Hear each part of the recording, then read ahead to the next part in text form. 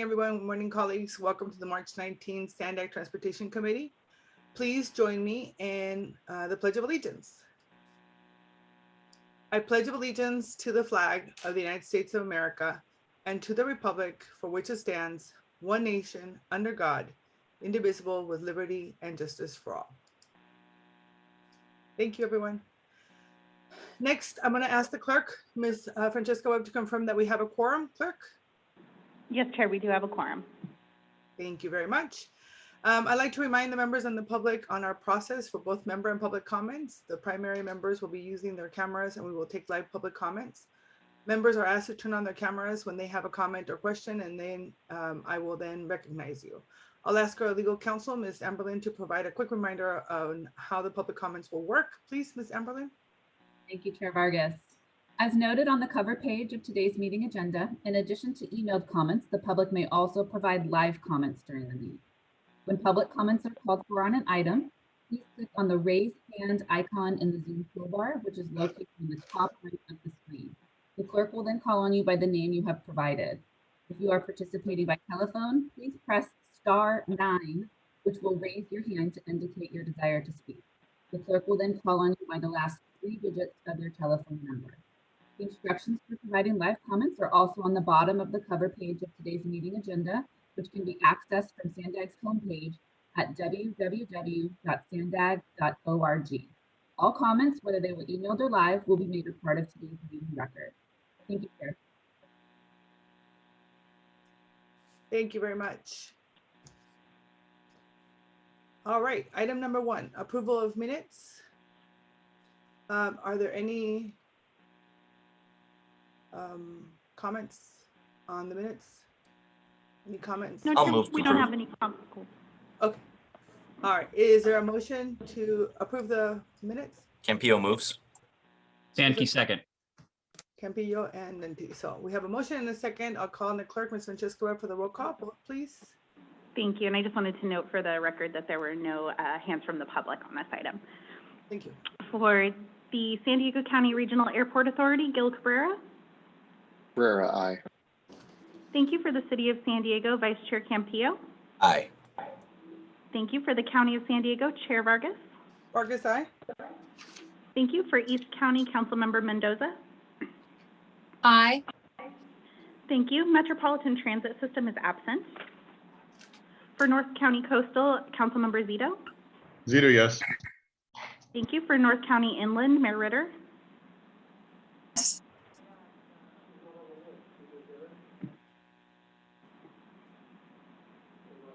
Can you hear me? Oh, I can now. Thank you. Could you state your vote again? Oh, yes. Ritter, yes. Thank you very much. For North County Transit District, Councilmember Edson. Edson, yes. Thank you. For the Port of San Diego, Commissioner Benelli. Benelli, yes. Thank you. And for South County, Councilmember Sankey. Sankey, yes. Thank you. And that does pass with those members present. Thank you. So item number 2, public comments, communication member comments. I'll ask members of the public who wish to offer a public comment not related to matter today on today's agenda to please raise your hand at this time so we can call upon you. I think there's 3 hands that are raised. Yes, Chair. It looks like our first speaker will be Nicole Burgess, followed by Rick Bates. Okay. Go ahead, please.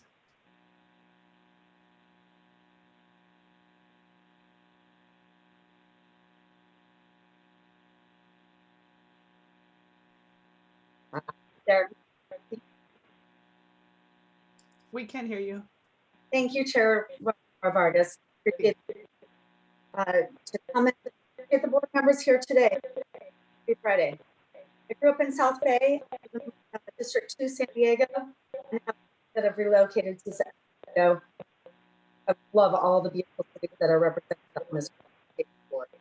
I've been involved with SANDAG since I was educating for 6 route schools for my kids and other kids and our youth, and appreciate the new leadership at SANDAG and the new approach. Nicole, I'm so sorry to stop you, but your connection is really bad and we can only hear about every other word. Do you think we could come back to you in a couple of minutes? Sure, we'll try again. Okay, let's move on to Rick Bates then, and we'll come back to Nicole.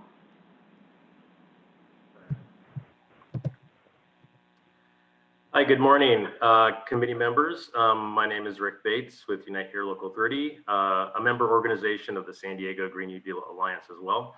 And I'm just calling this morning to emphasize the urgent prioritization of the realignment of the rail tracks away from the Del Mar Bluffs in the 2021 Regional Transportation Plan. We are grateful for SANDAG's swift response to the most recent major bluff collapse this past February, but the tracks have been there for over 100 years. And our shoreline is not going to stop eroding.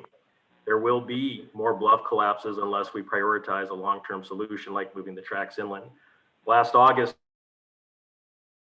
our coastal commissioners emphasized the need to move the railroad tracks away from the current crumbling seaside location. The Del Mar Times reports that Commissioner Don Brownsey at the Wednesday, August 12th online meeting said, I feel, quote, I feel like nature is communicating in a very direct way that time is of the essence.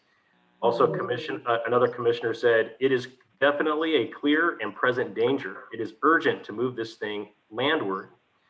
The safety and integrity of this track is not only important to avoid danger to human life, but this track is also connected to the livelihoods of thousands of working families in San Diego. Before the pandemic, this route carried an estimated $1 billion in goods and services to and from places like the San Diego Port Authority, a huge job generator. We need to plan now. So lastly, we would encourage you to work closely with NCTD, MTS, the port itself, the Navy, and local cities and other key stakeholders on this critical regional project. Thank you so much for your time.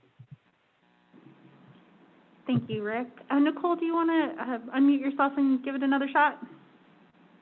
Sure. Let's see how I do. That's much better. Thank you. Okay. Okay. Thank you, Chair Nora Vargas and all members of this board for the time. I really appreciate it. As mentioned, I've been involved with, I started advocating for schools 13 years. I really appreciate the new leadership and how we move in San Diego. And I want to echo the last from Rick Bates, you know, and the leadership at SANDAG really prioritize moving those tracks. A great. Last week, we also heard from Gustavo with Caltrans and was super excited to hear their vision that included safety, reliability, and equity. I really hope that SANDAG will align vision and those goals to keep our roads safe for all users. I'm an active commuter and I travel from South Bay, where I grew up, to where my live. And I just on three things or a couple things, just water is an asset for all our communities. And so while ensuring that we have clean water, we can create these mobility paths along that, create that outdoor access space that we need for health, stay strong, and really difficult. So thinking of Tijuana Estuary, Tijuana River, such a huge resource of what's to Hoyas Creek. The Sweetwater River has that. So imagine those types of we can create. And then lastly, you know, as you are transportation board members, I appreciate all of you for the service you have on this board. And I know we are all accustomed to know how to use a car and what our highways bring to our city. Great highways. I ask you to get out there and make sure you are a transit user. Get on the blue line, take it to the coaster, to Oceanside, to Escondido. Take the BRT, bus rapid transit, all the way back down to San Diego, and enjoy some of those cities. Perhaps off, take a bike, and roll around. Oceanside is an amazing, beautiful place to ride a bike. The rail, you ride to all the way to Escondido. So just really make sure that you understand the challenges, really the benefits of these mobility paths, and changing those goals for a safe, healthy way to move in city. Thank you so much for really appreciate it. Thank you, Nicole. Next is Madison Coleman, who will be followed by the Surfrider Foundation. Hello, can you all hear me? Yes, thank you.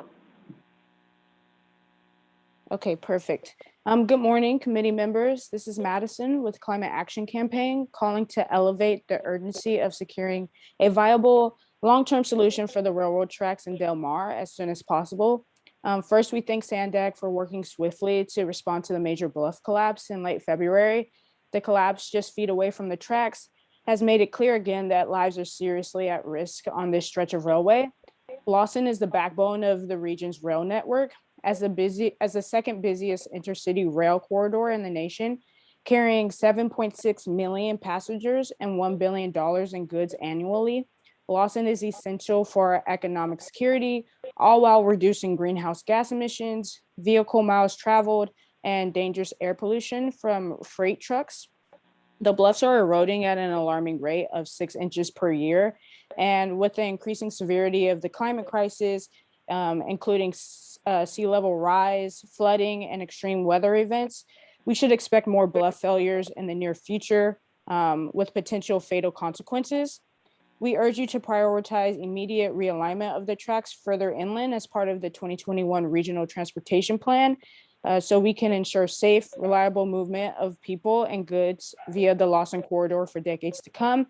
And finally, we encourage you to work closely with NCTD, MTS, the port, Navy, local cities, and other key stakeholders on this critical regional project. Thank you for your time.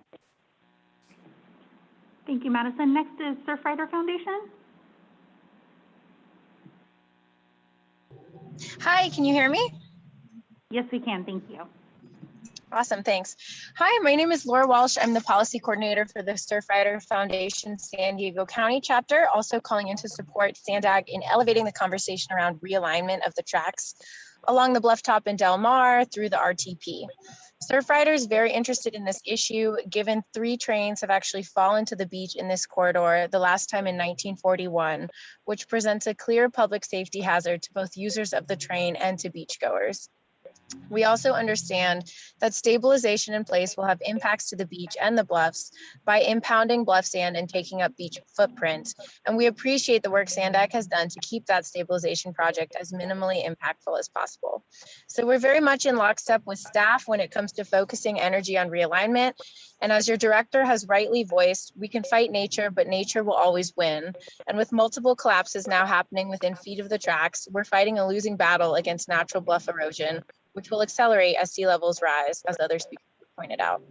In light of this, we're asking the committee to please prioritize realignment through incorporation into the 2021 Regional Transportation Plan, focus funding and budget conversations around this project, and by working with all local stakeholders to coordinate around a swift realignment process. Thanks very much. Thank you very much. And Chair, that does conclude the public commenters. Fantastic. I see Ms. Pinto's hand raised. Yes. Hi, Chair Vargas. Good morning. Good morning, Hauka. I have a couple updates that I'd like to just give really briefly. One regarding the historic appointment of Congresswoman Deb Haaland as the Secretary of the Interior, first ever American Indian to serve such an honor in office, appointed by President Biden.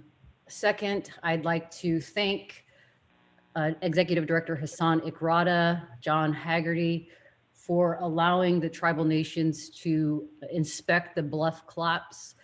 Those types of incidents are important to the tribal nations, as at times they could unearth remains, cultural resources. And so I really appreciate that visit, and thank you for allowing us to do that. Third and final, I was invited to participate on St. Patrick's Day with the Caltrans District 1 Tribal Transportation Summit. And this was specifically in regards to cultural monitoring, cultural resources, ancestral remains, culturally significant sites and environmental impacts, and the safety are important to tribal nations.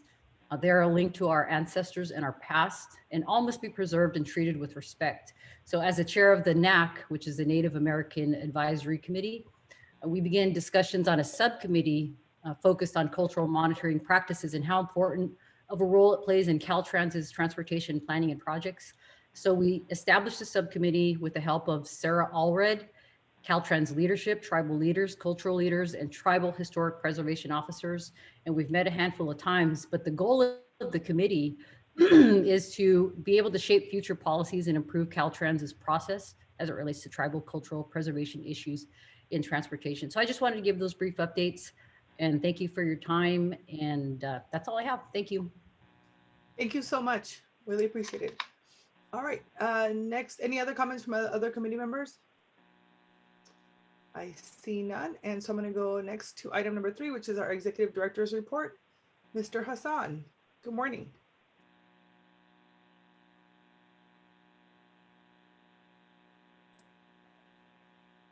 Supervisor Vargas, I don't see Hassan on the panelists, so he might have dropped.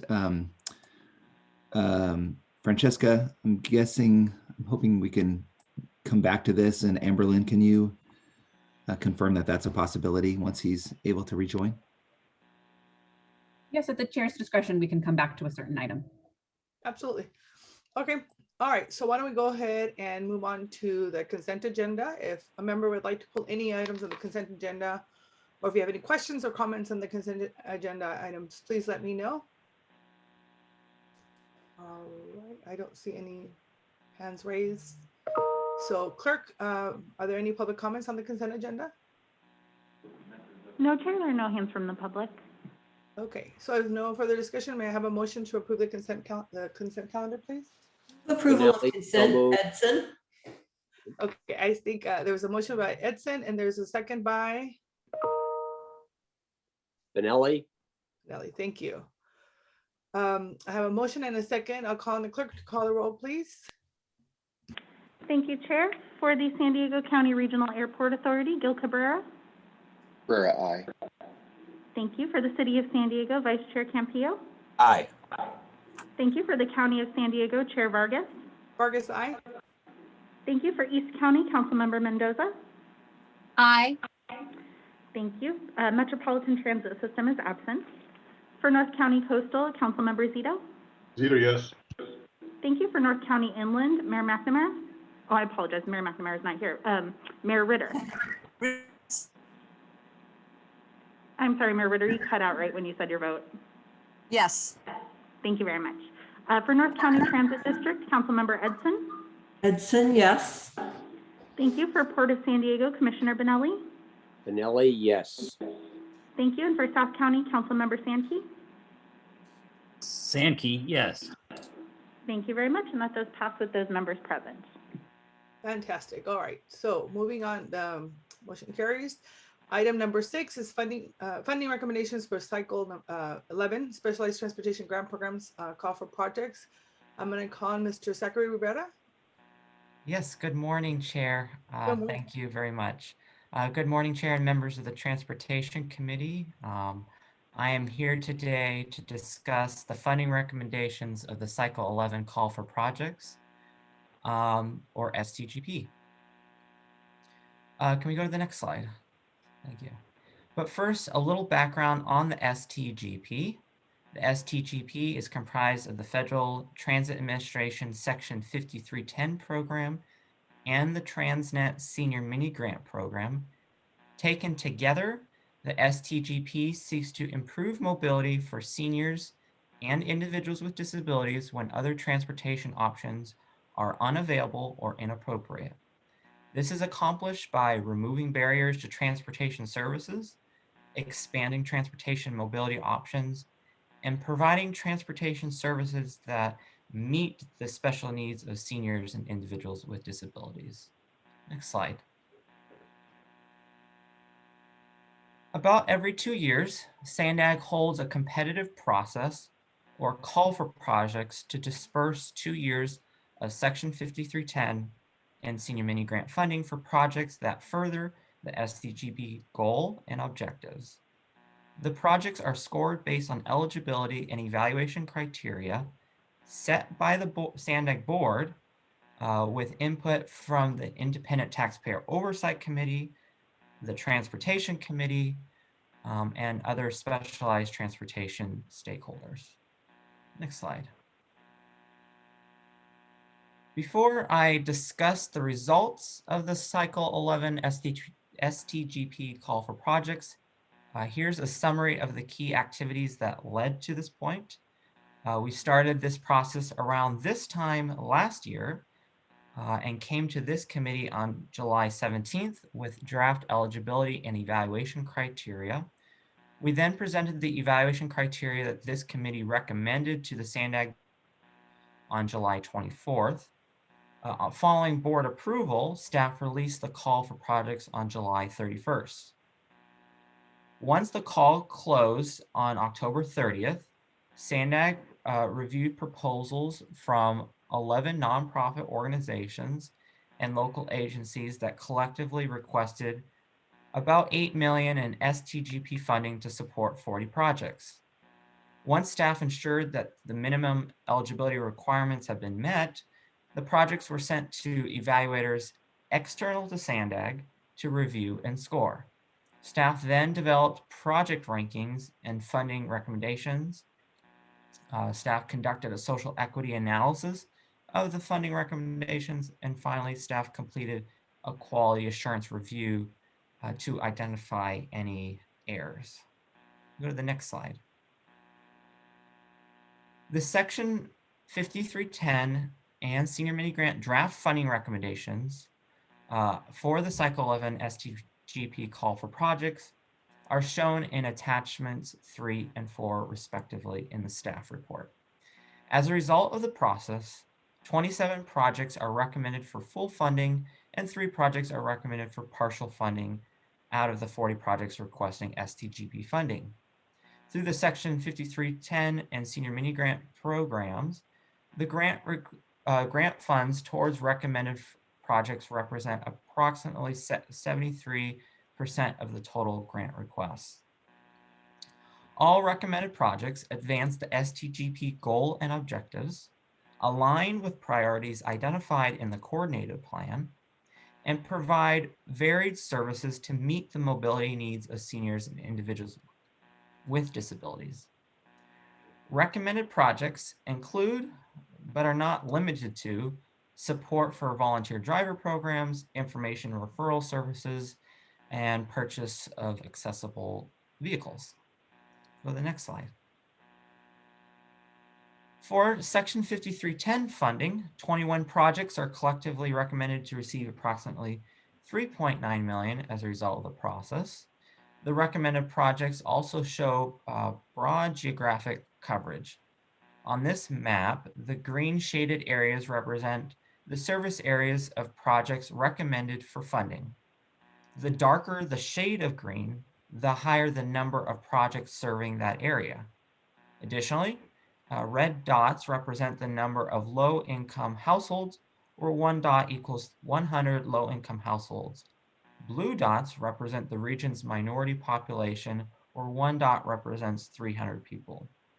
A social equity analysis was conducted of the draft Senior Mini Grant and Section 5310 funding recommendations, and no disproportionate effects for low-income populations or disparate impacts for minority populations were found. Next slide. Turning to the Senior Mini Grant Program, 9 projects are collectively recommended to receive approximately $3.3 million in available Senior Mini Grant funding.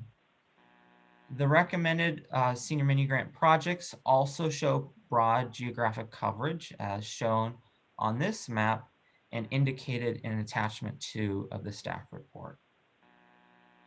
We can go to the next slide. So in terms of next steps, the draft STG funding recommendations will be brought to the SANDAG board for its approval on March 26th.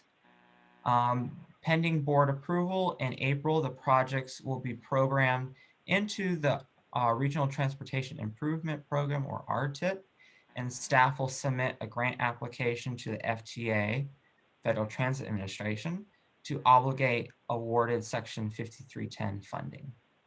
Next, in late spring or early summer 2021, staff anticipates releasing a supplemental call for projects for unobligated federal fiscal year 2020 Section 5310 funds, as discussed in attachment 1 of the staff report. If we can go to the next slide. Therefore, the Transportation Committee is asked to recommend that the SANDAG Board of Directors, 1, approve the proposed funding recommendations for the Cycle 11 Specialized Transportation Grant Program call for projects. Number 2, approve the waiver request as discussed in the staff report. And number 3, authorize staff to offer funding and execute a grant agreement with the next highest ranked projects if a selected project is unable to use its awarded funds or more funding becomes available. This concludes the staff report, and I welcome any questions you may have at this time. Thank you. Are there any questions from the members? See none. Hey, Chair Thank you Vargas. so much. Oh, yes, sir. Yeah, thank you. Sorry, I couldn't find the raise my hand No problem. button. Just wanted to thank the staff for this presentation, and I appreciate the hard work that the TransNet Independent Taxpayer Oversight is looking at. I'm sorry, can you hear me? I can hear you. Yes, we can hear you. Excellent. Just thinking this is a excellent program here, and wanted to. I'm sorry, I feel like I'm frozen. I think I need to sign out. Well, we can hear you, Raul, very well, Councilmember. But if you want to, okay, I think he left and come back. All right, we'll go ahead and let him provide you the feedback when he gets back, if that's okay. Thank you, Mr. Rivera. Any other comments? I think I see one more hand, but I'm not sure. Chair Vargas, it's Jewel Edson. Yes, ma'am. Go ahead. Thank you. I think just perhaps mirroring the thoughts that we weren't able to hear from Raul, the services provided by these organizations are amazing for our community. Through the SANDAG Transportation, I've served on the board of FACT for the last couple of years. And FACT assists San Diego County residents with overcoming barriers to mobility to achieve independence. They're a nonprofit agency that was formed in 2005 to improve access to transportation for seniors, persons with disabilities, veterans, and the income disadvantaged. In 2006, SANDAG designated FACT the CTSA, which is Consolidated Transportation Services Agency for San Diego County. So whether due to special needs, distance from transit routes, or gaps in existing services, when folks are unable to access public transportation, they're able to call FACT. And since April of 2020, in response to the coronavirus pandemic, FACT has expanded services to residents of San Diego County most in need. Among other things, FACT has eliminated fares and extended eligibility to essential workers and residents who must travel in order to meet essential needs. For the past 12 months, FACT has also partnered with 211 to facilitate distribution of meals to seniors and low-income residents. RideFact service has grown from a monthly average of 2,371 rides in FY 2020 to 3,671 rides in FY 2021. So it's amazing that these organizations do so much for those in need in our community, and I very much support this item.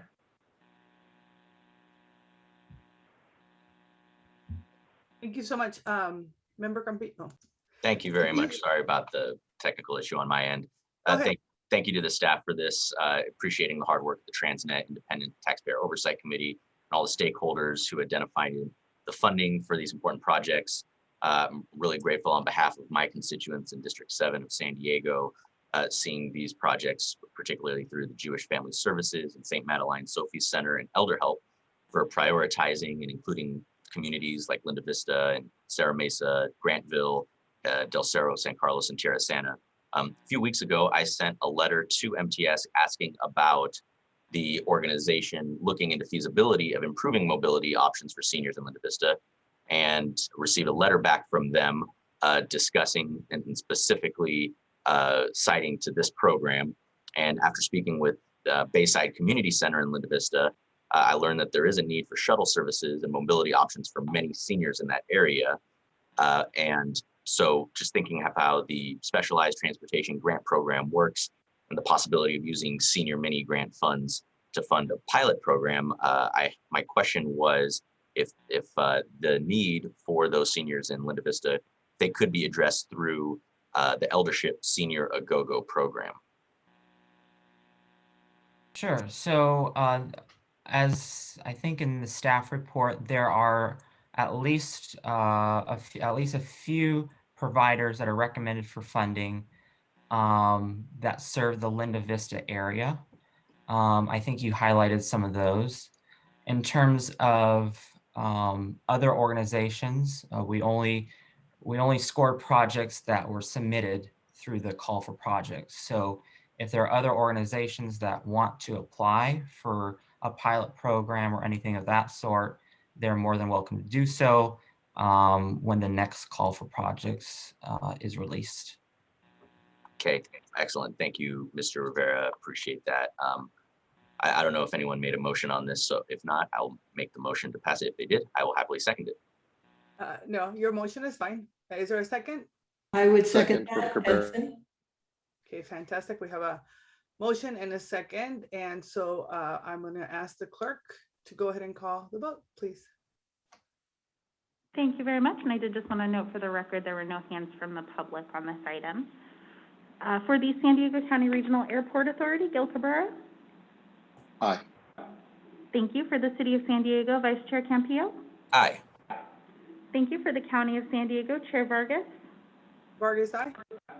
Thank you. For East County, Councilmember Mendoza. Aye. Thank you. Metropolitan Transit System is absent.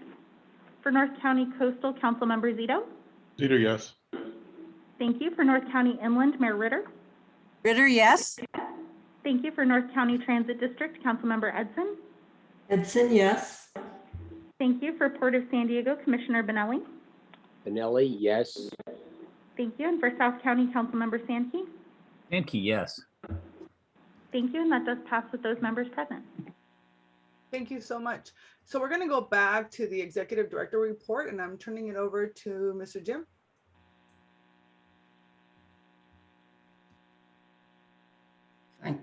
There we go. Thank you very much.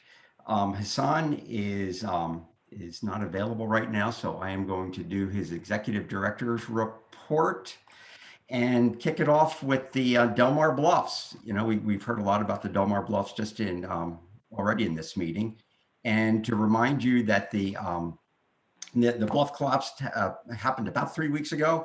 And immediately there was a thorough review conducted by NCTD, their operations, and the track was reopened that same day under a slow order. Slow order meaning that passenger trains are operating at about 15 miles an hour and freight trains at 10 miles an hour. So last weekend, the tracks were closed to stabilize the bluff and also do work elsewhere on the corridor. So the bluff is stabilized, the slope has been temporarily replaced, and it's in good working order right now. But we still need to continue the work, and there'll be another rail closure this weekend to continue work there and elsewhere on the corridor. And we're just getting ready as materials come in to do the final repair of the bluffs over the next 4 or 5 weeks. Last week, the Sandag Board approved a ratification of staff's emergency work on the bluffs. And this action will support the team as we pursue and accept state funding that will happen later on this month for the emergency repairs. Some of the funding, $500,000, was accepted from NCTD, and we apply those towards the project. And as far as it goes, we continue to coordinate with NCTD, the City of Del Mar, California Parks, and the Sheriff's Department, ensure that beachgoers are aware of the dangers of the collapse and to stay at least 50 feet away from them. The Del Mar Bluffs it's a 1.7 mile long stretch of the Losan corridor. And it is, as you've been reminded this morning, it's the second busiest intercity rail corridor in the nation. Absolutely necessary that we move the track inland off the bluffs as soon as we can. And towards that goal, we have Sandag crews conducting geotechnical borings in Del Mar and San Diego to guide those efforts. It's a critical economic, safety, economic prosperity, and for goods movement and passenger mobility. We all know what an important corridor it is. And also in that same vein, Hassan was asked to testify at a state legislative hearing last week. He talked about Lausanne's importance as part of the state's goals around high-speed rail and transit. With the state budget coming up, legislators are spending a lot of time thinking about where it makes sense, the most sense to invest the rail dollars based on where they get the most benefits, the most bang for the buck.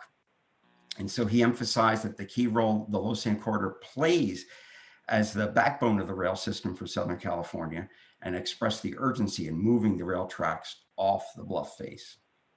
So we'll continue to work with our partners to continue this conversation, and more importantly, finding the funding to actually get it done. So moving a little bit further south this week, Hassan and Ray Trainer, our Chief Planning and Innovation Officer, and I made a presentation to the Lemon Grove City Council meeting. We had a great discussion about the Sandag priority projects and initiatives and our agency's commitment to equity. Thank you, Council Member Mendoza, for inviting us to speak to your council about these important issues. And also, Hassan and I and Colleen Clemenson, our Regional Planning Director, made a presentation to the Construction Network. And it's exciting to talk to this group. They are construction and engineering professionals, talk to them about the 5 big moves and the 2021 regional plan and some of the infrastructure work that will result of the implementation of the plan. And speaking of the plan, at this week's Board of Directors meeting, or excuse me, at last week's Board of Directors meeting, we took a deep dive into the assumptions, the data, the strategies that we're using to evaluate and develop and fund the transformative 2021 regional plan. Our team has been poring over data for nearly 2 years, and a panel of Sandag data experts shared with the board about our planning, our cutting edge approach to transportation modeling and data analysis. And to put that in perspective, the regional plan is being developed using 250 terabytes of data, which is more than 20 times the data that's used to store all the printed books in the Library of Congress. So it's important us to it's important us that we are good stewards of public funds and the public trust, and we see this as a critical part of the process. Last week, at last week's board meeting, also featured a panel of independent experts who discussed pricing and funding strategies that have been considered and adopted throughout the nation. We wrapped up the meeting with a presentation that broke down the cost estimates and laid out a funding strategy that will make the regional plan a reality. Our next regional plan presentation to the board is on April 9th, and it will focus on technology in the plan and how the next operating system works. Switching gears to COVID, it's been a year since the World Health Organization declared COVID-19 a pandemic, and the stay-at-home order was issued for California. On Wednesday, Sandag acknowledged its 1-year closure and our move to a virtual world. As we approached this milestone, our data and economics teams developed a year-in-review economic report, which was released last week. The report analyzes data from the past 12 months to provide insights into what recovery might look like for the San Diego region as the pandemic continues and vaccines start to be distributed more widely.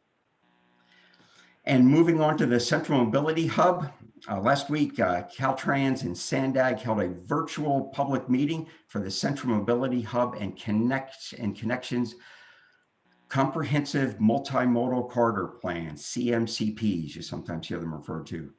At that meeting, we presented the initial concepts for the Central Mobility Hub. And it's really, just to remind you, it's a significant component of this corridor plan, which will develop transportation solutions for the Midway District, Old Town, and downtown San Diego. The Central Mobility Hub is also a component of the 2020 regional plan. If you were not able to join us, we would still like your feedback. Please visit our virtual engagement site to learn more about the Central Mobility Hub and provide input. Something that's right around the corner is the Midcoast Trolley. As it's nearing its end, and its 9 new stations are starting to look like trolley stations. And this is the line that goes from Old Town to the UC San Diego, called the UC San Diego Blue Line Trolley. Our hardworking crews are, working so hard on a beautiful new station along Marina Boulevard and along the Marina corridor. And his son was out there this week and impressed by everything he saw. So we all can't wait to see what happens. This summer, we'll be begin testing the new trolley. So you're going to see red cars running up and down the line this summer. And hopefully many of you can join us on to preview some of the test runs that we'll be doing. And also our finance team. They continue their great work to keep our projects moving forward. And last week they issued $266 million in refunding and new issuance bonds, resulting in $130 million in project funds, and most important, $22 million in present value savings from interest calculations. When these bond deals close, it'll help support cash flow needs for the TransNet major corridor program projects. We'll share another update with these bond deals at the next committee meeting. And Chair Vargas, that concludes our report. Thank you. Thank you so much.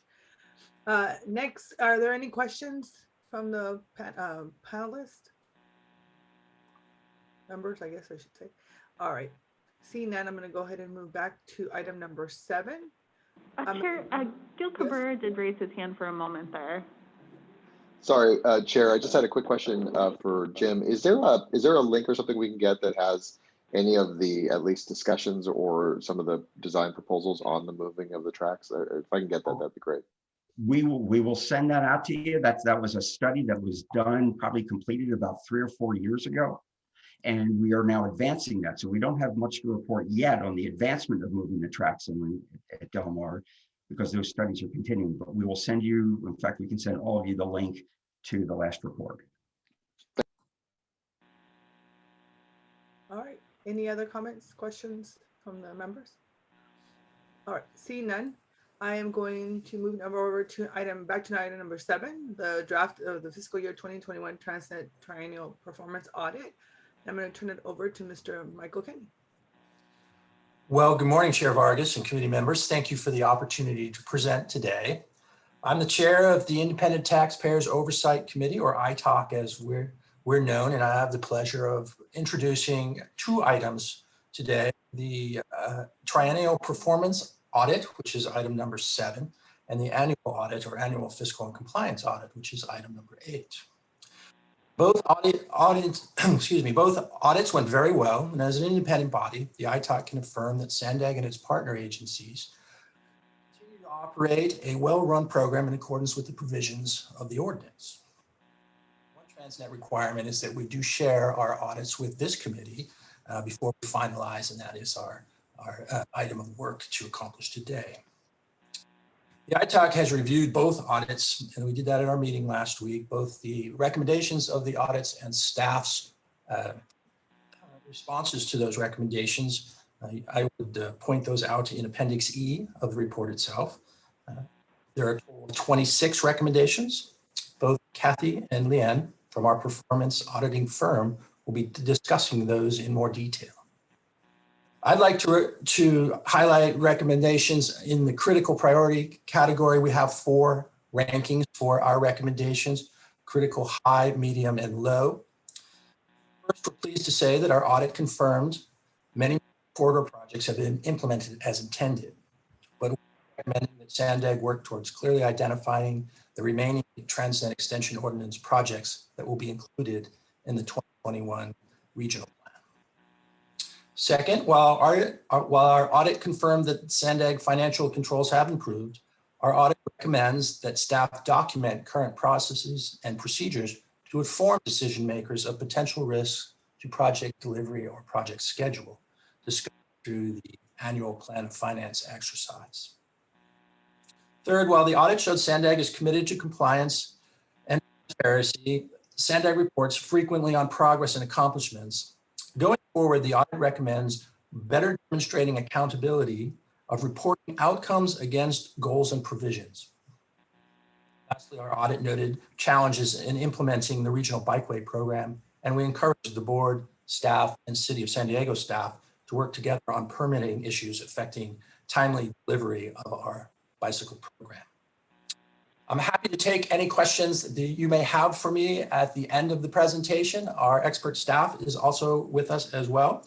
And with that, I'm going to turn the presentation over to Kathy Brady, who will provide you with a closer look at the Triennial Performance Audit and the recommendations provided in the report. Kathy? Good morning. Thank you, ITALK Chair Kenny, for the introduction, and good morning, members of the Transportation Committee.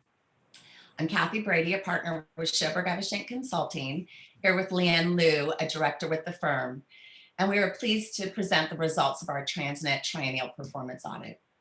First, I'll provide a brief overview before turning it over to Leanne, who will discuss key audit results and recommendations, and then I'll be back to wrap up and summarize next steps. So with that, let's get started. Next slide, please. As you may know, the ordinance requires ITALK to conduct these performance audits as well as establish the audit scope. In the past, it's included and focused on several different areas since that first triennial audit back in 2008. Some past scope areas have included project delivery, governance and oversight, procurement and contracting, environmental mitigation, and grant administration, just to name a few. For this current fiscal year 2021 performance audit, ITALK hired our firm, Schoberg Evishink Consulting. Our firm was established more than 21 years ago by the California State Auditor, and we specialize solely in public sector audits and consulting, primarily in the Western United States. In addition to many government service areas, we have extensive experience with transportation and transit programs, capital project delivery and management, and construction financing. As required by the triennial audits, our firm follows generally accepted government auditing standards, or what is known as GAGAS, or fondly referred to by auditors as yellow book standards because they come in a book with a yellow cover. Basically, these standards provide a framework for our audits that help ensure objectivity, integrity, and quality. And there are many provisions that we must follow related to areas such as independence, ethics, and evidence, as well as quality control, obtaining views of responsible officials, and undergoing peer reviews where external auditors come into our firm and audit us. Complying with the audit standards provides an extra level of accountability for government programs through the objective analysis and information gathered and reported. And it's really geared with the goal of helping government officials with better decision-making and more effective operations. Next slide, please. For this fiscal year 2021 triennial audit, we focused on the audit period between July 1, 2017 and June 30, 2020. Although we did consider information up to our draft report, which was written in February 2021. As you can see on the slide and mentioned earlier, we were tasked with 10 focus areas. In the first area, we looked at project delivery of major corridor construction, what's been done to date, what remains. We also looked at program management at the ordinance level, as well as compliance at the ordinance level. In the fourth area, fiscal responsibility, we looked at financial models and fiscal safeguards. We also reviewed transparency and accountability and followed up on prior audit recommendation status and corrective action. A seventh area was AB 805, the 2017 legislation that changed the SANDAG board composition and weighted voting structure, among other changes. Under focus area 8, we did a deep dive into safety, this time just looking at bicycle and pedestrian performance, as well as emergency planning and system capacity. Our ninth focus area was the bike EAP, status, early action program, status, schedule, and cost. And finally, we looked at ITALK itself, focusing on qualification categories, member terms, recruitment, selection, and conflicts of interest. Next slide, please. Before Leanne gets into the results and recommendations, I wanted to briefly bring your attention to the 2-page at-a-glance executive summary that we provide at the beginning of our report. It's likely too small to read on the presentation screen, but our intent with this summary is to quickly provide a reader the critical recommendations and key results from each report chapter. We prioritize recommendations as critical, high, medium, or low based on the impact to TransNet's goals or functions, critical path activities, accountability, and if there was any time sensitivity of a particular recommendation. I also wanted to mention that several audit areas were in flux during our audit period. specifically related to or dependent upon the in-progress 2021 Regional Transportation Plan. So we found that finance plans were still being updated, direction for remaining TransNet projects was undecided, and performance goals were tied to or waiting for the finalized RTP. So we had to base our conclusions on the best information available at the time of our audit, knowing that it could possibly change right quickly once the 2021 RTP is finalized. Overall, though, as ITAC Chair Kenny mentioned, we found that SANDAG and its partner agencies made great progress and completed many planned projects. Although the bike EAP projects will not likely be completed when expected. We also found SANDAG was generally compliant with ordinance provisions, strengthened its financial models and controls, and realized improved bike and pedestrian safety. There were also some areas for improvement related to reporting against ordinance goals, enhanced quality control documentation, and changes to the bike EAP project permitting practices. So with that summary, I'd like to now turn it over to Leanne to walk you through the details. Next slide, please. Thank you, Kathy. In Chapter 1, we discussed the implementation status of the Major Corridor Program and the improvements that were envisioned by the TransNet Extension Ordinance in 2004. The main takeaway is that with only 16 years of the 40-year TransNet program passed, many projects were already completed or are in progress. But for the projects that are not yet done, ITAC and the SANDAG board need to know as they're moving forward with the 2021 RTP and making decisions about what to fund, that there is this portfolio of outstanding TransNet projects that need to be addressed. And what we mean by that is, with all the changes and the new vision for the region, SANDAG needs to be clear on whether these TransNet projects will be considered in the 2021 RTP or canceled because they may no longer be the best option or addressing the region's current needs. In order to do that, and when moving forward, SANDAG needs to crosswalk the major corridor projects from the ordinance to current status at least annually, so that decision makers and the public can better align past promises with current accomplishments or future goals. Next slide, please. Chapter 2 discusses SANDAG's fiscal responsibility as it relates to its financial planning to make sure there's funding available to pay for all TransNet programs and projects. In past triennial performance audits, we have delved into SANDAG's revenue forecasts, so the focus this time was on assessing controls and financial models SANDAG has put in place to address past shortcomings. With the renewed focus and improved fiscal safeguards functioning as intended, more light was shed on funding challenges that are not entirely new or a big surprise to SANDAG, but it did make the $9.8 billion funding gap for the major corridor projects more visible. And so with that in the future, SANDAG really needs to develop and adopt a formal process where any of these identified issues are discussed and options are outlined to show any impacts this may have on what is left to do for TransNet. Of importance with that is for SANDAG to clearly communicate how these decisions are made, especially when options to reduce, change scope, delay, or even eliminate projects are being evaluated. Next slide, please. Compliance, transparency, and accountability are key in government, and as discussed in Chapter 3, we found that SANDAG staff demonstrated commitment and were focused on compliance with ordinance provisions. That in particular shows with how SANDAG tracks and makes progress on addressing prior audit recommendations.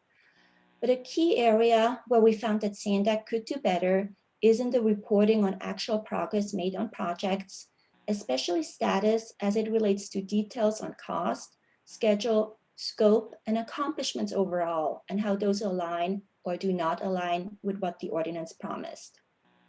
Next slide, please. Among the many changes at SANDAG over the past few years, AB 805 was a very visible one, as it did affect the SANDAG board composition and its voting structure.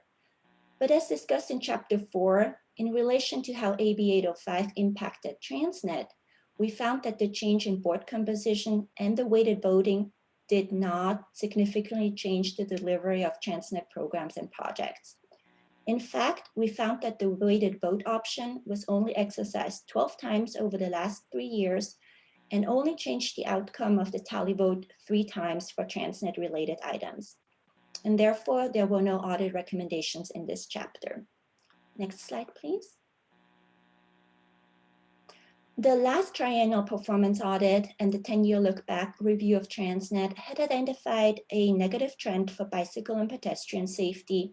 And so this time, ITALC had asked us to follow up to see how trends evolved over the last 3 years. As discussed in Chapter 5, the good news is that there were fewer bicyclists and pedestrians injured or killed between 2015 and 2018. But aside from bike and ped safety, we were also asked to conduct a deeper dive into regional safety planning efforts, especially as it relates to emergency evacuation or capacity planning for safety hazards. And what we found is that, like its peers, SANDAG did not get very much involved with emergency evacuation or capacity planning, although there was activity at the state and local jurisdiction level. But in terms of general regional safety planning, there were peers that employed several good practices, such as designating a staff to coordinate safety planning for the region. And also, some peers had actually developed safety plans that looked at crash data, discussed targets, and described how efforts support and are coordinated with statewide DOT plans. As such, we recommend that SANDAG look into these items to further strengthen focus on TransNet safety goals. Next slide, please. Chapter 6 focused on the Bike Early Action Program, which was approved by the SANDAG board in 2013 and set aside $200 million to fund several bike capital improvements over a 10-year timeframe. That deadline is coming up in 2024, and with only a few years left, it is not likely that the program will be completed as intended based on the data we reviewed during this audit. Some of the delays and challenges with the program are not within SANDAG's control, such as permitting delays with the City of San Diego. But what is important to note is that SANDAG needs to more clearly and comprehensively communicate these delays, project status, and cost information against plans and expectations so that ITALC and the board can make informed decisions about how to move the program forward. To be able to do that, SANDAG staff should more clearly in its reports to ITALC and the board present progress in terms of cost, schedules, and miles completed in relation to what the bike EAP has set out to accomplish, and be very clear if those goals are still realistic or need to be adjusted based on where the program is today. Next slide, please. Lastly, as required by the ordinance, each performance audit also looks at ITALC and any practices that could be improved. Overall, the TransNet ITALC is a very robust committee with qualification and expertise requirements that are similar to others. But since the world has changed since the ordinance passed almost 20 years ago, there might be additional expertise categories such as public transit users or performance measurement knowledge that could be considered. Especially as TransNet improvements evolve, additional expertise in areas that are contemporary with latest in transportation planning and development could strengthen ITALC's oversight role. We also recommended that SANDAG could be more clear in recruitment materials about its conflict of interest policy and in more detail describe to prospective ITALC candidates how a potential conflict of interest does not mean that the candidate is automatically precluded from joining the committee. And before we take your questions, I'd like to turn it back over to Kathy for next steps. Next slide, please. Thanks, Leanne. As you can see on the slide, this is a second presentation of the draft audit report. After today's discussion with the Transportation Committee, we will present the draft report to the Audit Committee on April 23rd. And once those meetings occur, we will finalize the report and bring it back one last time to ITALC at its June 9th meeting, and then present the final report to the board at the end of June. Next slide, please. We would also like to thank SANDAG and its TransNet partners who were extremely helpful, receptive, open, and professional during the audit, providing data requested, as well as thank the ITALC Audit Subcommittee that provided great insights throughout the audit process. And with that, this concludes our presentation, and I'll hand it back over to the Transportation Committee Chair for discussion. Thank you. Thank you so much. I'm going to turn over to Mr. Benelli. You have a question? I mean, a comment? Thank you, Chair Vargas. Thank you, Ms. Brady and Ms. Lou, for the detailed report. I particularly like the way you summarized the information and your recommendations. And I might have missed it in what the Sandag staff provided in the background for today's agenda. But that summary sheets, those summary sheets you have, if I'd like to make sure that I receive them and the rest of the Transportation Committee members get those summary sheets in electronic form. I found them, your explanation very straightforward and useful. Thank you. Agreed. Any other members of the committee that would speak? Any public comments? Apologize for that. I missed that one. Oh, council member Sankey? Yes. Or you just put me in the queue. That's fine. Go ahead. Thank you, Chair Vargas. Very good report. I think, and just touching on sort of a laundry list here, honesty about the project has been something that's been talked about at this particular committee by the previous chair quite vividly, and it is an important part of our coming to Jesus with the region, following the problems with Measure A and the other forecasting difficulties we had. That we be honest about projects, that we create transparency and visibility about that clear revenue shortfall that you pointed out in your remarks today. And then connecting the projects that are being completed to the TransNet ordinance is really important. And as we're shifting the whole focus to the 5 big moves, there will be some projects that fall out of the ordinance. And it's important that the board continue to have that honest discussion in front of folks, so that people in certain regions that were expecting certain things from the ordinance realize that the needs have changed and they're not going to get those particular projects. I could highlight, for example, the Coronado Bridge tunnel from Glorieta Boulevard to the base that the Navy really set aside years ago. There's still a $25 million bump in the ordinance for that. Whether that ever happens is another story, obviously. I think the weakest link in your report, though, is the 805 governance chapter. Having been privy in different positions to both post and pre 805 policy decisions at Sandag, I'm struck by, for example, at the last board meeting, the board couldn't even agree on passing the minutes unanimously.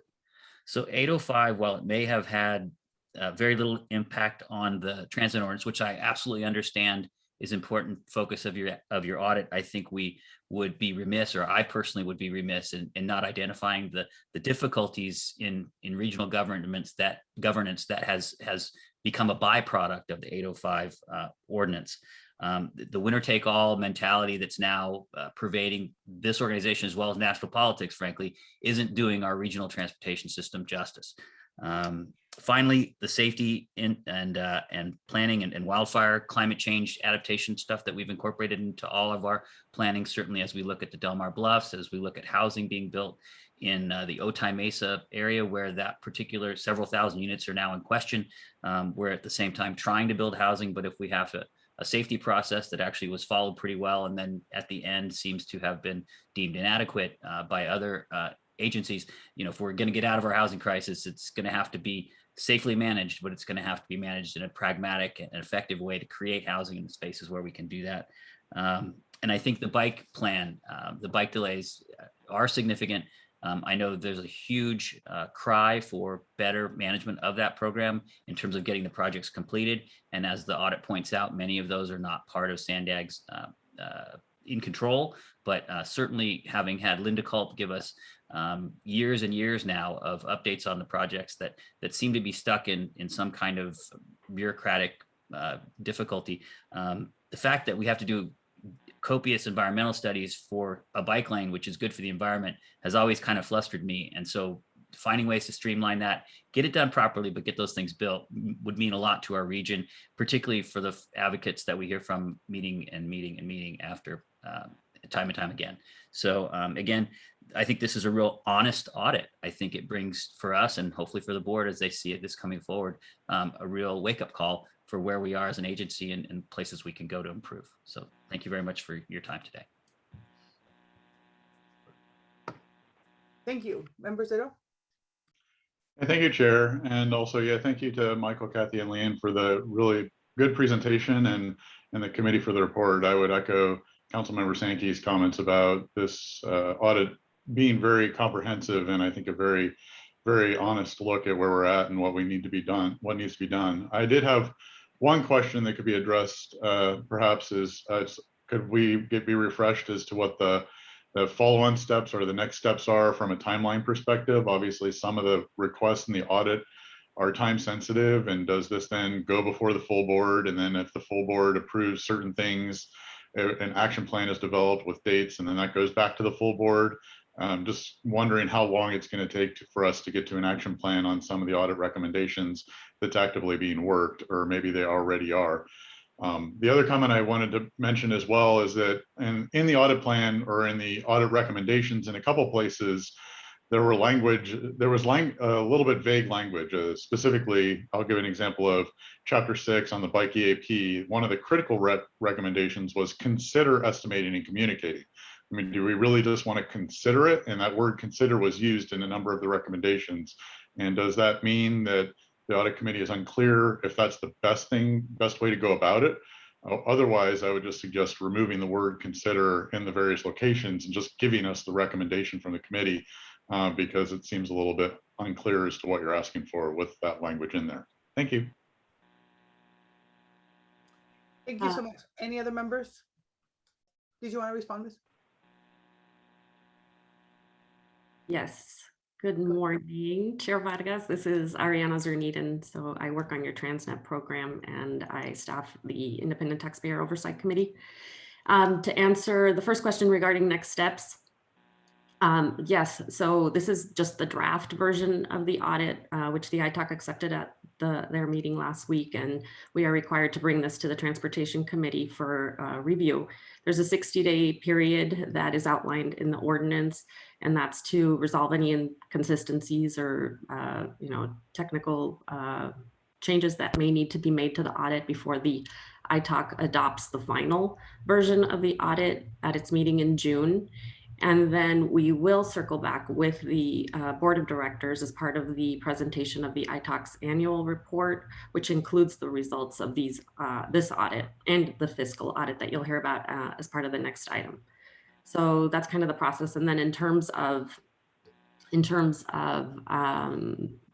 moving forward toward implementing some of these recommendations, the process is that we there's a staff member that is assigned to each audit recommendation that will take the lead. And we do provide updates about the progress that is being made toward implementing the audit recommendations to the ITAC on a regular basis. In past audits, the ITAC has actually formed a subcommittee to also work closely with staff toward implementation of some of these recommendations. And then to your other point regarding the language in the audit about considering the recommendations, so I might let the auditor speak as well to this point, but generally, the ITAC is making a recommendation and asking staff and the board to consider whether it would make sense to implement the recommendation after an analysis has been conducted, is how we have approached that. Then if the board feels strongly in one way or another, that definitely we'd like to hear that from the board and the Transportation Committee. If there are certain recommendations that you feel should be prioritized, then we're interested in hearing that as well. And that will help us as we move toward implementing these recommendations, particularly given the funding constraints and the resource limitations that the agency is experiencing, so that we know which ones we should attack first. I hope that helps answer your questions. Yeah, thank you for the response. As I said, when I see a critical recommendation with consider, it was a little bit unclear. And then just back for general board comment, I would, there were some items in here that were specific to recommendations on information or ideas that were included in the 2021 Regional Transportation Plan. Obviously, if the audit isn't finalized until July or August or later of this year, as with an action plan, that might be a little challenging. So we might just want to be sure that and I'm sure staff's on top of it, but that they're paying attention to those particular items and incorporating that feedback now so we can actually take advantage of that feedback. Thanks. So I'm sorry, I put something on the chat that wasn't for this. It was somebody who was calling me, and I apologize for that. So I want to just make sure everybody knows that it has nothing to do with anybody here. I apologize for that. So I can't delete it. It is what it is. I will take ownership for that. But Ms. Ariana, I had a question for you specifically on the recommendations. What's the process for recommendations? Once there was some very specific information of things that we could do better, how does that get operationalized? So we start working on implementation as soon as we see the draft, right? So a staff member is assigned, and then and we look to next year's budget to make sure that there is funding to cover the need in terms of being able to implement the recommendations. In some instances, as I mentioned before, there might be a subcommittee formed of the ITOC. In other instances, for example, with the last audit, we formed a subcommittee of your cities and counties transportation advisory committee, your CTAC, which is made up of your public works directors, to help us with implementing some recommendations that had to do with local street and roads improvements and performance management, for example. So each recommendation may be carried out a little differently, but we definitely check in back with the ITOC on a regular basis, as I mentioned before, so that they can see the progress that we are making, and that's their opportunity to raise any questions and get more involved as necessary. Okay, thank you very much. Any other questions from panelists or participants? Chair Vargas, can I make just a short comment to add on to what Ariana said? Yep. So yeah, staff is absolutely committed to implement the results and the recommendations from the audit and from all of our audits. And in fact, we're taking a draft budget to our board a week from today that addresses that what we need in order to implement some of these audit recommendations. Specifically to the BITE program, I think we've shared this before, but I just can't overemphasize it enough. When we set up the BITE program a number of years ago, we made very aggressive schedules, because we always make very aggressive schedules. And in working in city streets, we found is a little bit different. Working in neighborhoods is different than working inside of the protected right of way of a railroad or a highway. And so we recognize that. Bigger picture, when it comes to the city of San Diego, we've made more progress with the city of San Diego in the past month than we have in the past year and a half or so. So we hope that we're past that hurdle and that these bike projects will start to go to construction, very, very shortly. So thank you. Thank you very much. All right. Item number 8, our fiscal year 2020 TransNet Extension Orders funding eligibility, Mr. Jose Nuncio.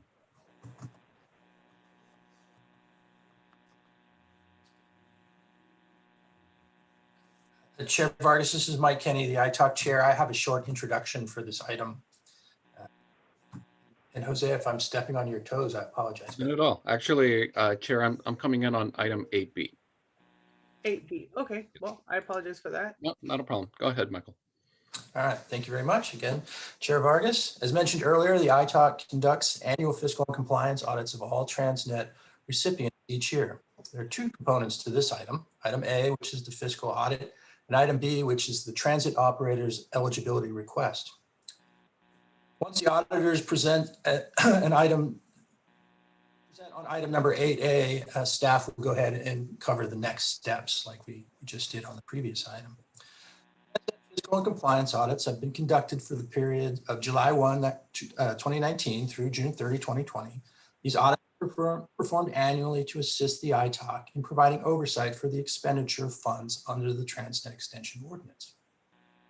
At our meeting last week, the ITOC reviewed and accepted the auditor's summary of results and the fiscal year 2020 draft audit report, including findings and recommendations.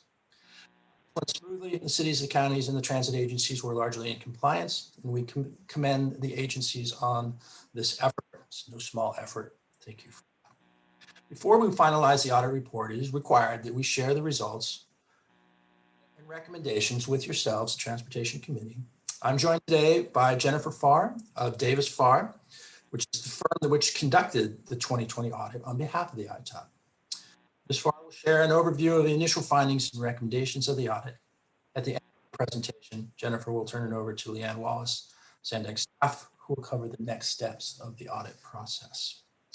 With that, I'd like to introduce Ms. Farr. Jennifer. Thank you, Chair Kenny. I'm going to share my presentation to go over the results of the procedures that we performed.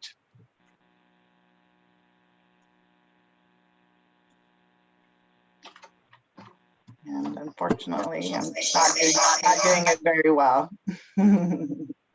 Oh, I'm sorry. I'm not showing my presentation. Then someone else has my presentation. Is that correct? Yes, our production team will run the PowerPoint for you. If you can just say next slide when you're ready to move on, they'll take control. Okay, great. Sorry. So thank you for meeting with us this morning. So you can go ahead and go to the next slide. Our procedures included testing compliance for 24 recipient agencies. The ITOC approved our procedures in July of 2020, and we performed our testing from October 2020 through January 2021. Next slide. When testing the expenditures of the recipient agencies, we noted no instances of non-compliance. There are 3 cities that are still in the process of obtaining approvals for inter-project transfers, and we will ensure that we have those approvals prior to finalizing the reports. Next slide. We found that all agencies were in compliance with the maintenance of effort requirements, with the exception of 1 city, the city of Poway, and we've included that in our report. Next slide. And we found that all agencies had fund balance of less than 30% of the annual apportionment, except for 1 city, and that's the city of Del Mar. Next slide. All agencies were in compliance with the requirement that at least 70% of revenues provided for local street and road purposes are used for congestion relief, and no more than 30% are used for maintenance. And next slide. Our report includes a summary of the indirect costs that are charged by each agency. Not all agencies charge indirect cost, and we performed testing of the reasonableness of indirect cost. And we noted no exceptions related to the indirect cost as a result of our testing. Next slide. The Regional Transportation Congestion Improvement Program has additional procedures that we perform on both the revenues collected and the expenditures of those funds. We noted in our testing of exaction fees that are collected on new development projects that there were exceptions with 3 agencies where they did not collect the required exaction fees. And those agencies are the city of Coronado, the city of Lemon Grove, and the city of National City. Next slide. And our last compliance area that we're sharing with you is the transit operator eligibility testing. We tested the increase in the total operating costs for both bus and rail services to determine if those increases exceeded the CPI.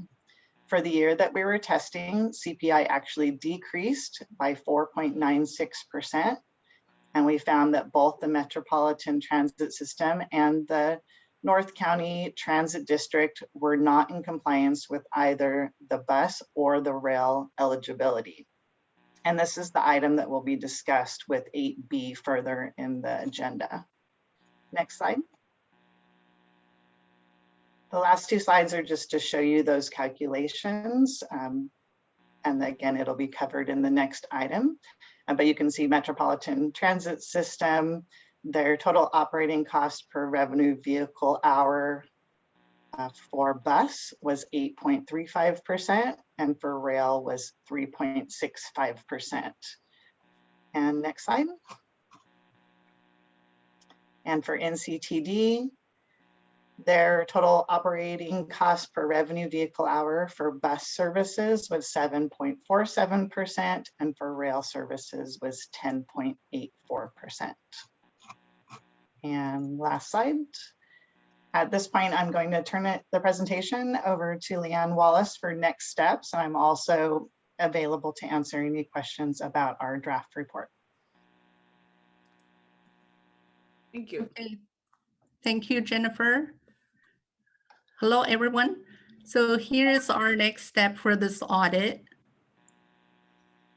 From now to June, there's a 60-day period for the Transportation Committee to review the draft audit report and provide comments if there are any. And also during this period, the auditors will make any necessary updates and changes to finalize the reports. The final audit report will be completed by the auditor and issued by ITALC in June. And results of this audit will be incorporated into the ITALC annual report, which is scheduled for consideration in June. And ITALC Chair Kenny is scheduled to present the 2021 ITALC annual report with the FY20 audit results to the board on June 25th. So this is to conclude item 8A. Thank you. Thank you. Are there any public comments on this item? No, Chair, no hands from the public. All right. Are there any member comments?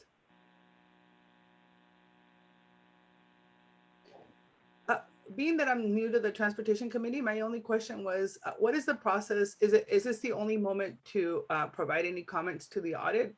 Because you said there's 60 days. So within the 60 days, we can also, we send them in, or what's the process?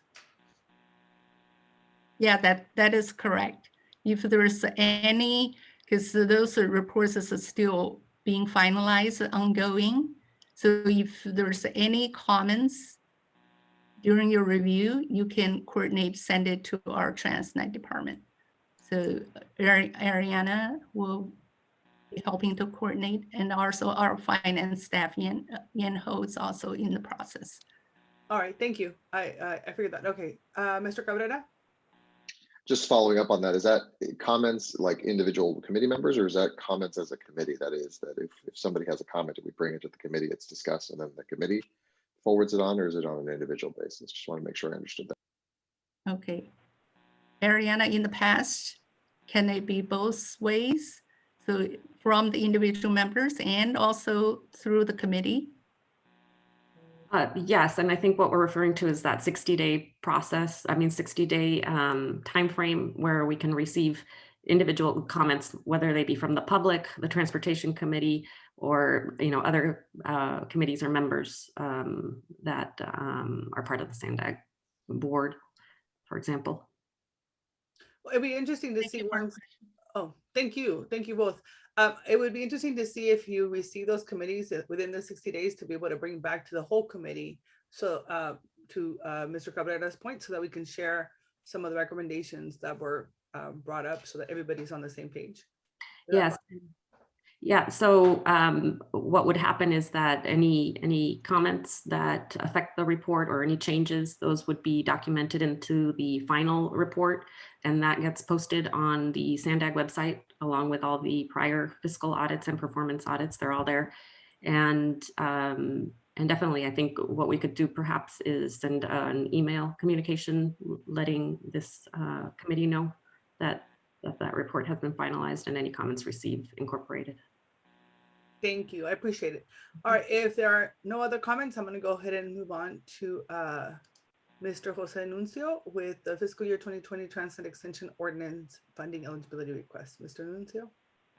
All right, thank you, and good morning, Chair Vargas. So before I begin, I would like to note that a revised letter was received from MTS yesterday afternoon, which corrected an error in the letter that had been posted. And so that revised letter has been posted as a blue sheet to the agenda. The revision does not change the justification nor the request before you today. So with me today is Larry Marinesi, CFO for the MTS, and Yoon Park Lynch, the CFO for NCTD, who can provide additional information in case you have specific questions regarding this item. So as you heard in the last report, one of the auditor's procedures is to check compliance of various ordinance requirements of the TransNet operators and local jurisdictions so they may continue receiving their annual TransNet allocations. For the fiscal year 20 audit, both MTS and NCTD have an unmet requirement needing additional steps to cure. On an annual basis, the TransNet ordinance requires the transit operators to hold costs for both bus and rail services to the rate of inflation, or CPI. CPI is used as a measure to help keep costs reasonable year over year. The CPI that is used is applicable to San Diego County. It is transportation specific.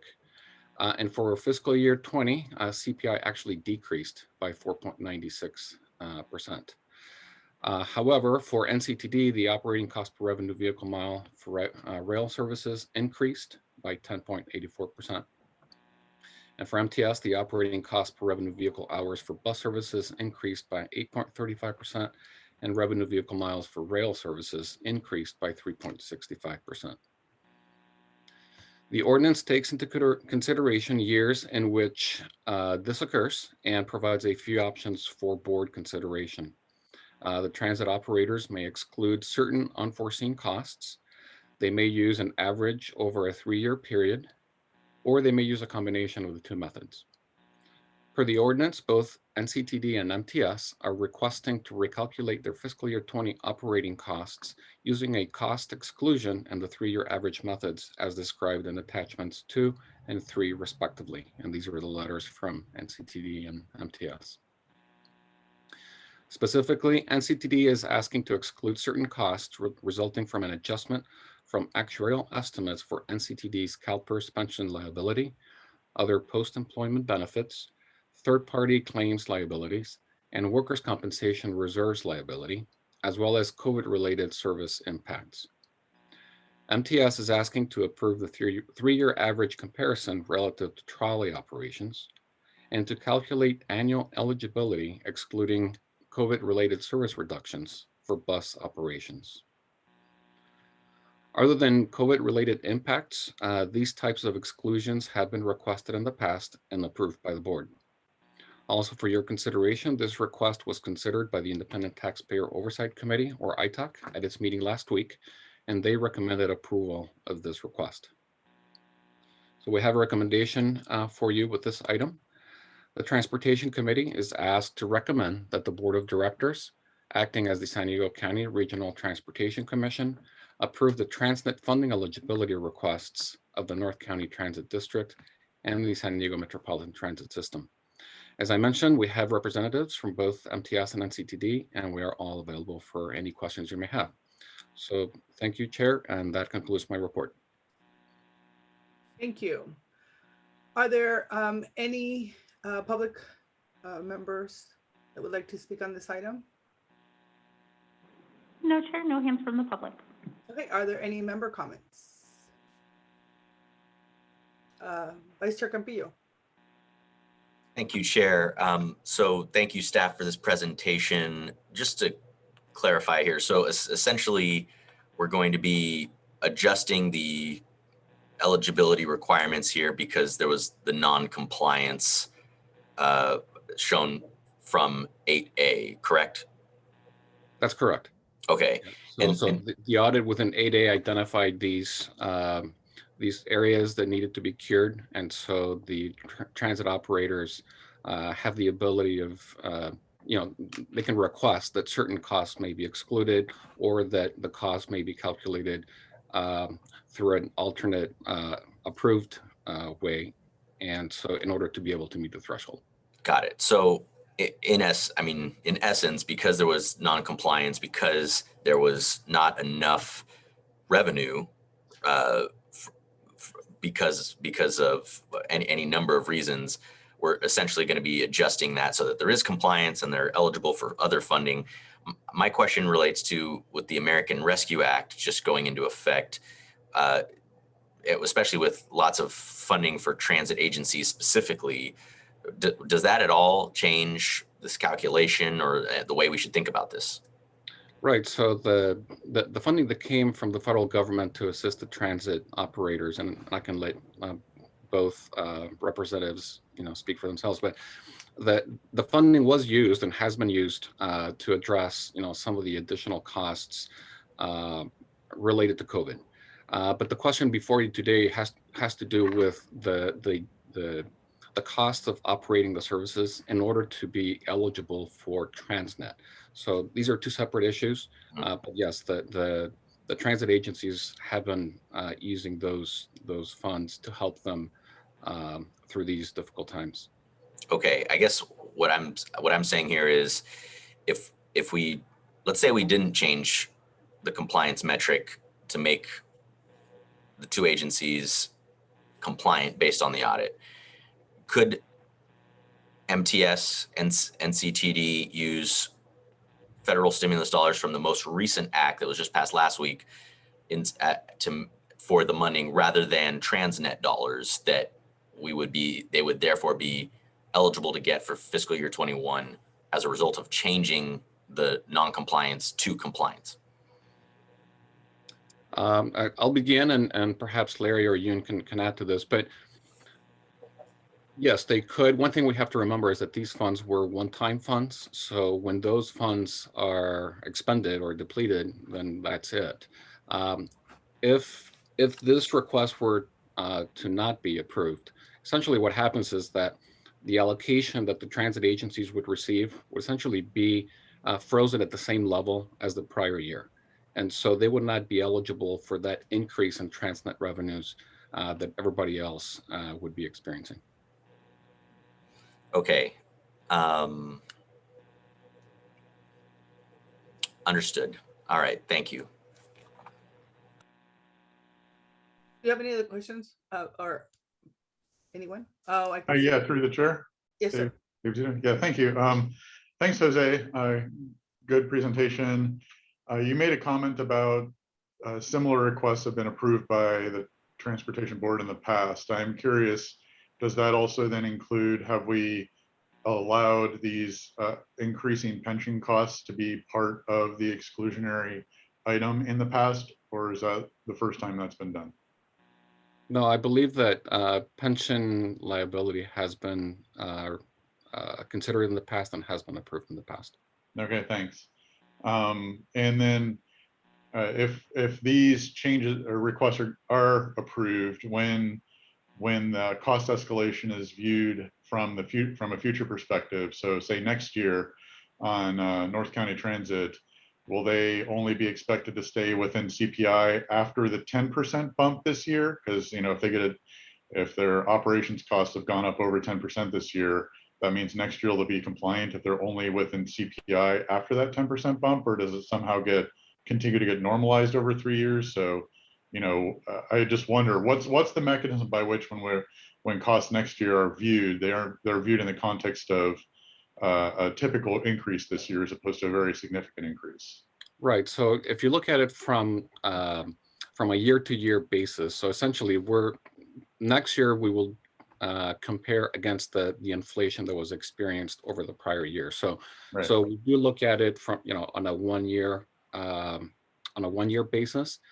The challenge is that if we use if they request to use the 3-year, there is going to be that negative inflation in there kind of embedded as part of that 3-year calculation. So obviously next year will be a new year, and we'll be doing the evaluation all over again, but we do look at it just on a 1-year basis. It's only on a 1-year basis, but yeah. It might be useful that somehow, if this gets approved, that information is tracked and made keep track. Because again, getting a 1-year bump that's that significant can get lost. And I think it's a notable increase. The next question I have might be more for your NCT representative, but I noticed on page 2 of their letter or page 5 of the staff report, it made a comment that on the item B of the request that it says during the fiscal year 2020, the contracts were escalated by 3%, the contracts that they have for their operations, whereas the CPI was 0%, which is what's in TransNet. And it seems like a fairly significant structural disconnect that if our transit agencies are signing contracts that are using different CPI indices than what is permitted through TransNet. Is this common? And is there a way to try to rectify that or prevent that in the future? Did someone from NCTD want to comment on that, or?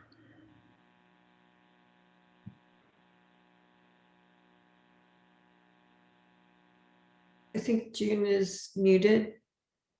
June, are you muted? It looks like Executive Director Sharon Cooney has her hand up. Good morning. Can you hear me now? Yes. Yes. Yeah. Yes. Good morning. Sorry about that. I had my phone unmuted, but I think you have to do both the phone and the computer. So good morning to the Transportation Committee. So Council Member Zito, I think you're right on spot. These have been brought up before. The transportation CPI is heavily skewed on transportation costs, which includes fuel. So as you know, as you're aware, in the last year, due to the impact from COVID-19 and the reduced demand for fuel, obviously the CPI has come downwards. But you know that overall, inflation in the county, mostly related to labor costs, are not negative. It's very rare to see, a reduction in your wages for your employees, and oftentimes you're also subject to collective bargaining agreements that have certain escalation percentages year over year. From an NCD standpoint, our contracts are adjusted based on the CPIU, which is the CPI index that includes all items.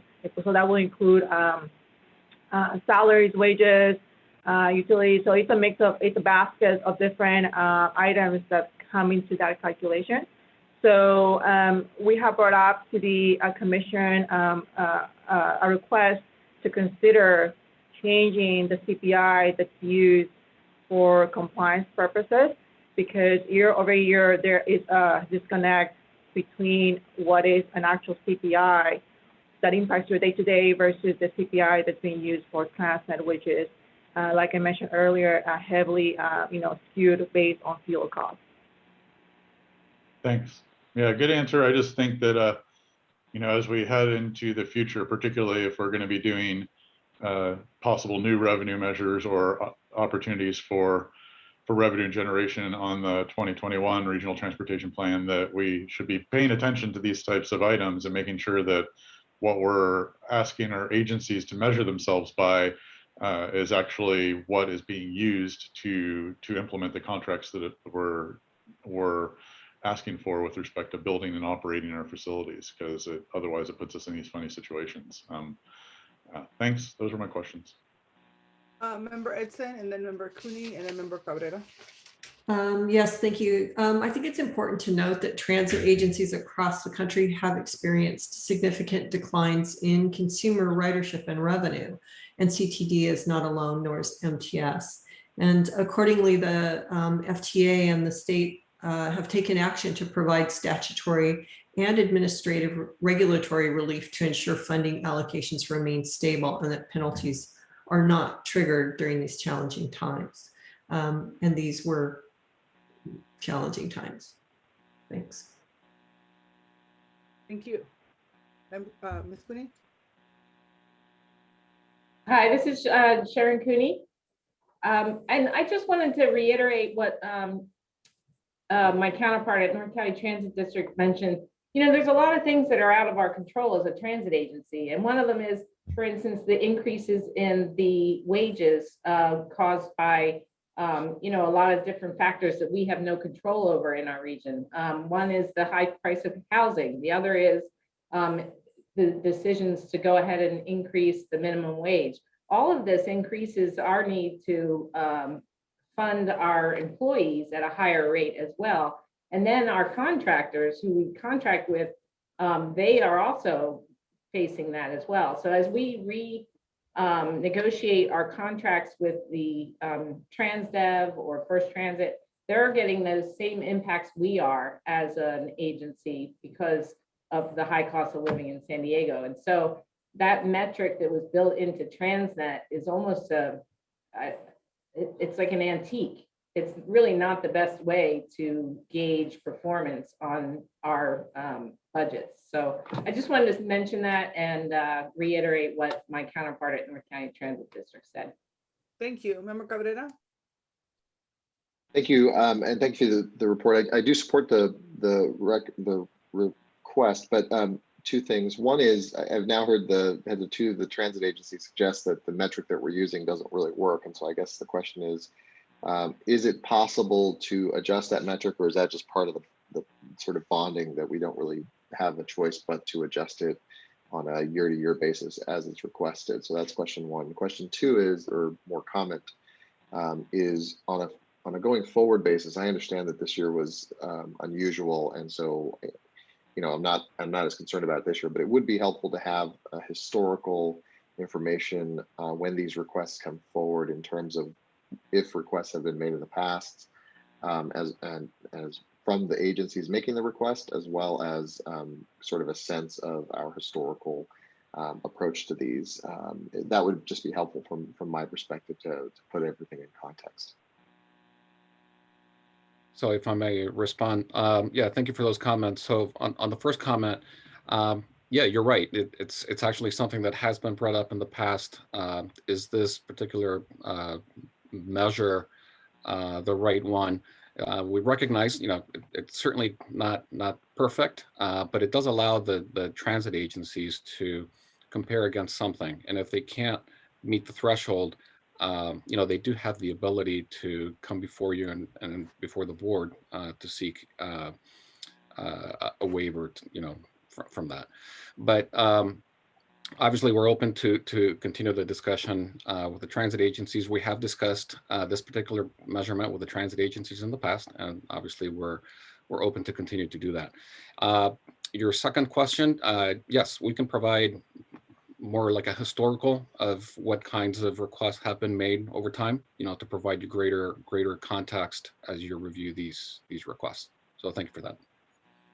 And Chair Vargas, just to follow, yeah, thank you. Just to follow up on that, the issue is it kind of reinforces the point of the context, right? It's hard for us to sort of make a decision about whether the measure works without the context, and if all we're doing is waiving the metric when it doesn't work, and that happens frequently, then the metric's kind of useless. So there is an issue there, which is why I think having the context would be helpful for us to consider even whether the metric works over time. So that's just my thoughts on that. So the question is maybe, does this have to be approved today? Would you like it to be?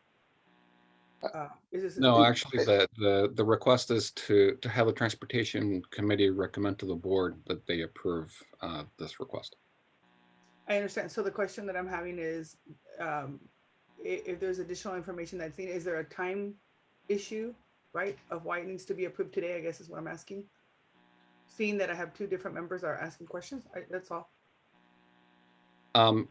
I think what we would like is to have the Transportation Committee forward this on to the board for their approval. We can certainly work with the transit agencies on these issues, the measurements and so forth. But the one thing that we do need is for these exemptions to be approved so that the transit agencies can receive their full allocation this coming year. And Chair Vargas, I have no objection to proceeding with this. As I mentioned, I think last year in these particular circumstances, it does make sense. I think my comments were more on a going forward basis so that we could do a little better job as a committee evaluating these. Okay, fantastic. Mr. Tucker, and then Councilmember Zito. Yes, I just wanted to comment. It's really good discussion. I think it highlights the need for us to maybe take a step back and have a little bit more discussion about the key factors that could affect from year to year. I would suspect of just about any metric that we get into doesn't necessarily tell the full story. You know, there are various different components, like labor constitutes 80% of the cost for most transit agencies. And so we have to look at what is the spirit in terms of the public policy approach to labor contracts that are approved. What types of wages and benefits do we want to provide those employees? So that's kind of a decision that gets made at a policy level, and that's going to drive a certain cost outcomes. And then you have the external market things that may come up, whether it be fuel prices or the one-off things that will occur from one year to another year, or some things in like the pension liability. There's a difference between the ongoing normalized cost for pension, the current rate versus the payment that you're paying back for the failure of the stock market to perform to what we assume to be that rate that was needed to realize the revenues. So it's a very complex discussion. My recommendation is, rather than trying to get to the end of what should we do, we should talk more about what are the processes, and maybe we can come to a better understanding and consensus about how we should look at it in the future, because we could tell you the stories in response to it, but I think it's better for the public policy makers to have a little bit more information about the performance factors and the decisions that they make and external influences that drive these things and how they come together, so that we can consider this going forward in the future in the right way. Thank you. Thank you. I appreciate that. Councilmember Zito?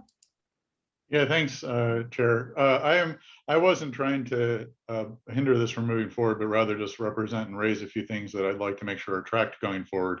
So with that, I go ahead and move staff recommendation that we recommend that this go to the full board and take it up. But I do, as I said, part of that, I also do want to acknowledge that we seem to have some alignment around perhaps the metric is challenging, and whether or not we want to address the old metric that's used with TransNet. It's more important in my mind to let's see, can we do a better job with whatever's come up going forward with any future revenue generation proposals.